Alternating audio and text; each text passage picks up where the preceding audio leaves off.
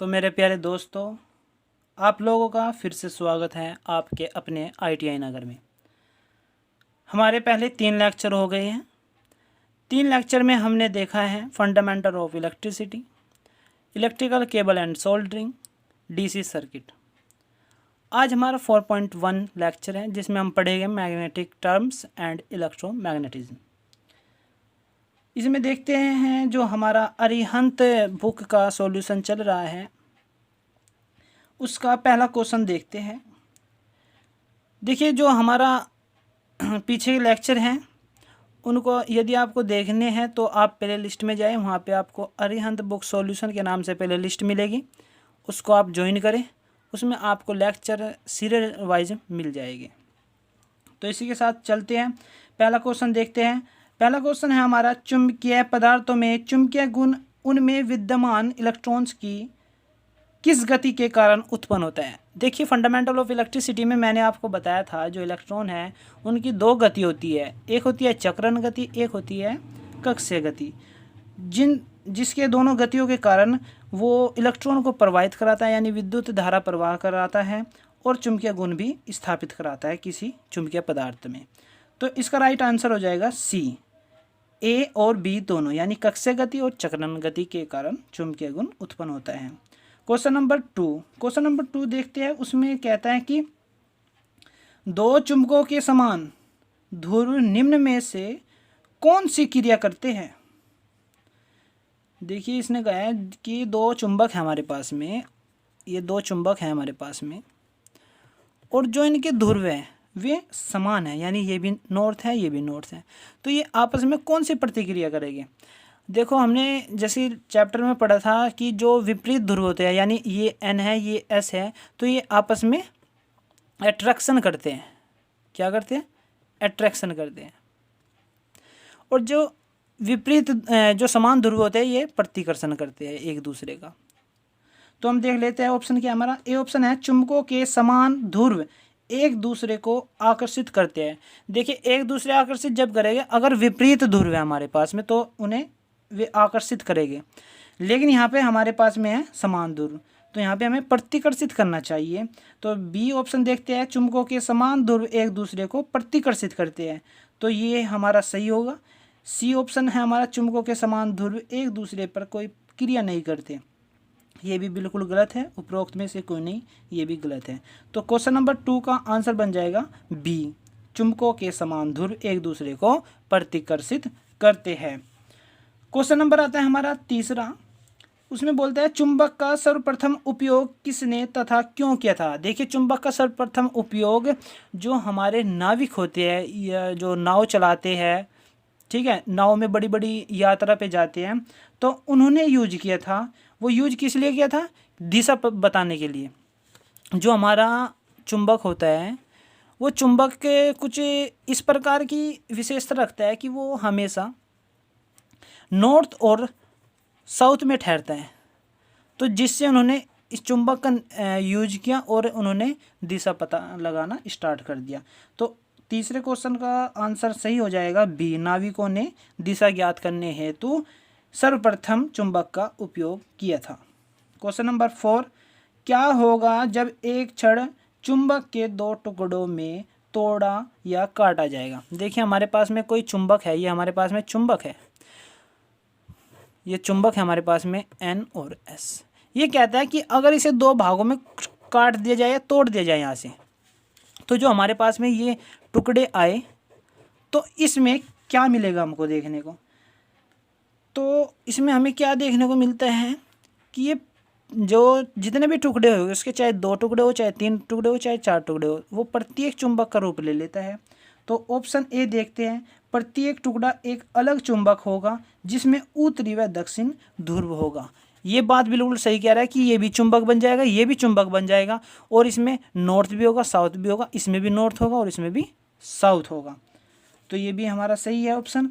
Option देखते हैं B कहता है, दोनों ही टुकड़ों में चुंबकीय गुण पूर्ण रूप से समाप्त हो जाएगा।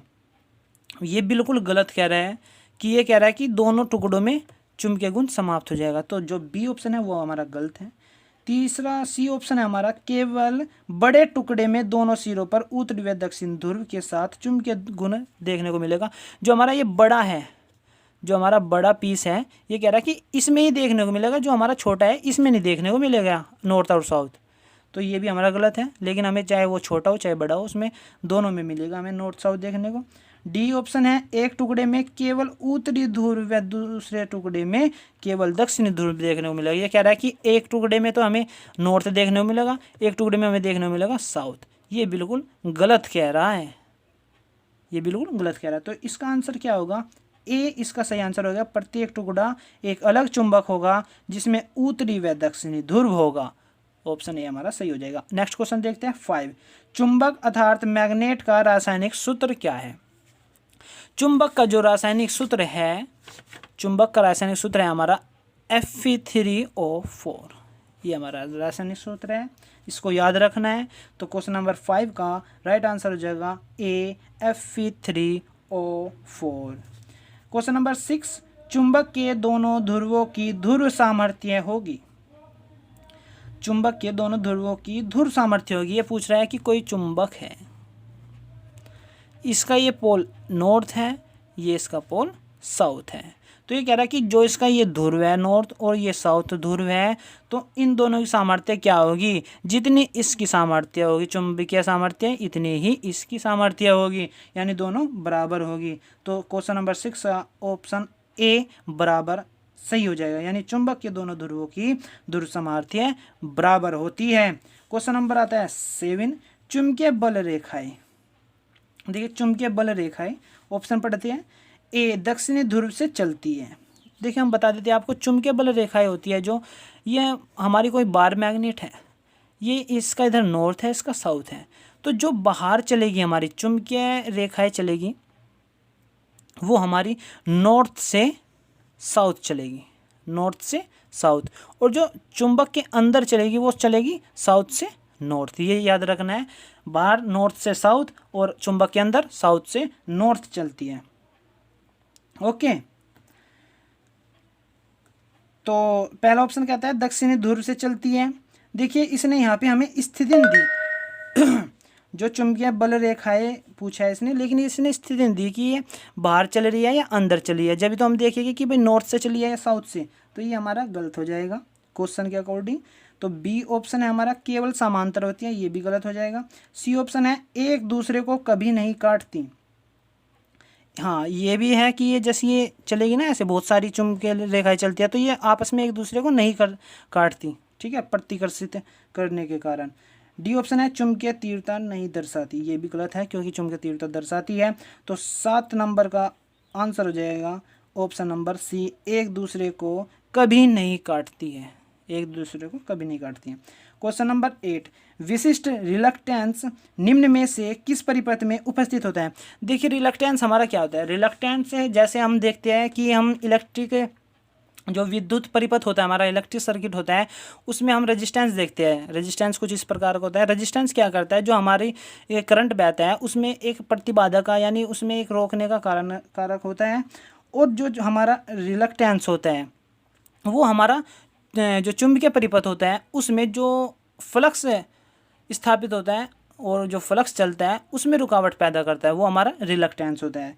तो इसने पूछा विशिष्ट रिलक्टेंस निम्न में से किस परिपथ में उपस्थित होता है, वो होता है हमारा चुंबकीय परिपथ में, यानी 8 नंबर का राइट आंसर हो जाएगा ऑप्शन नंबर बी, चुंबकीय परिपथ में।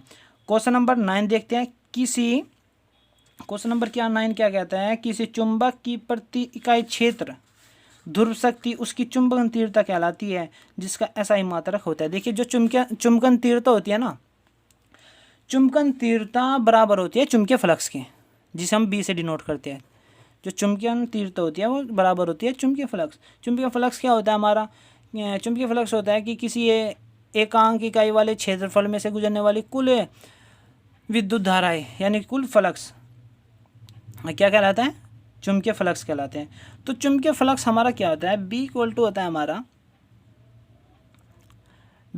हमारा फाई अपॉन ए, यानी फ्लक्स अपॉन एरिया, जितने एरिया में एकांक एरिया में से निकल रही है।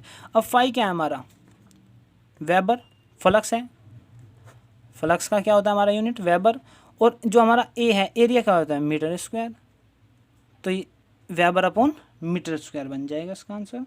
जो हमारा इसने पूछा चुंबकन तीव्रता, तो चुंबकन तीव्रता हमारी चुंबकीय फ्लक्स के बराबर होती है, और चुंबकीय फ्लक्स घनत्व का हमारा जो यूनिट होता है वो होता है वेबर अपॉन मीटर स्क्वायर। तो राइट आंसर देखने को मिलेगा हमें C, weber upon meter square.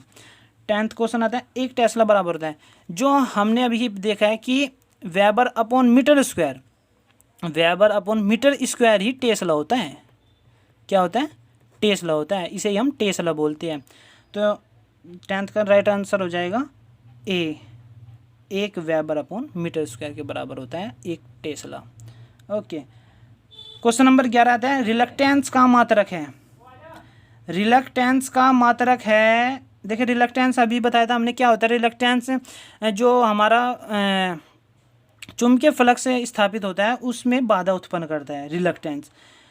तो रिलक्टेंस हम देखते हैं कि रिलक्टेंस आर एम को इसे डिनोट करते हैं रिलक्टेंस को। ये देखते हैं हम कि जो हमारा मैग्नेटिक मोटिव फोर्स होता है एफ एम अपॉन फ्लक्स, ठीक है, एफ एम अपॉन फ्लक्स। तो हमारा एफ एम जो हमारा मैग्नेटिक मोटिव फोर्स होता है उसकी यूनिट होती है एम्पियर टर्न, अपॉन फ्लक्स की यूनिट होती है वेबर। तो हमें जो हमारा रिलक्टेंस है इसकी यूनिट देखने को मिलती है एम्पियर टर्न अपॉन वेबर। तो इसका राइट आंसर हो जाएगा C, ampere turn upon weber reluctance का मात्रक है। क्वेश्चन नंबर 12 पर आते हैं। 12 क्या कहता है, विद्युत परिपथ में प्रतिरोध चुंबकीय परिपथ में किस के दृश्य है। देखो विद्युत परिपथ में प्रतिरोध है हमारा, अभी मैं देखो पीछे बार बार डिस्कशन कर रहा हूँ कि जो हमारा विद्युत परिपथ में प्रतिरोध होता है जो धारा को रोकता है, चुंबकीय फ्लक्स में रिलक्टेंस होता है जो हमारे फ्लक्स को रोकता है। तो इसमें राइट आंसर क्या बनेगा, रिलक्टेंस, बी बन जाएगा रिलक्टेंस। विद्युत परिपथ में प्रतिरोध चुंबकीय परिपथ में रिलक्टेंस के सदृश्य होता है। क्वेश्चन नंबर 13 है हमारा, टेस्ला का मात्रक है। जो टेस्ला है वो किसका मात्रक है, अभी बताया था यहाँ पे देखो वेबर अपॉन मीटर स्क्वायर किसका था, फ्लक्स घनत्व का, और वेबर अपॉन मीटर स्क्वायर किसके बराबर था, एक टेस्ला के बराबर। तो टेस्ला किसका हुआ, चुंबकीय फ्लक्स का।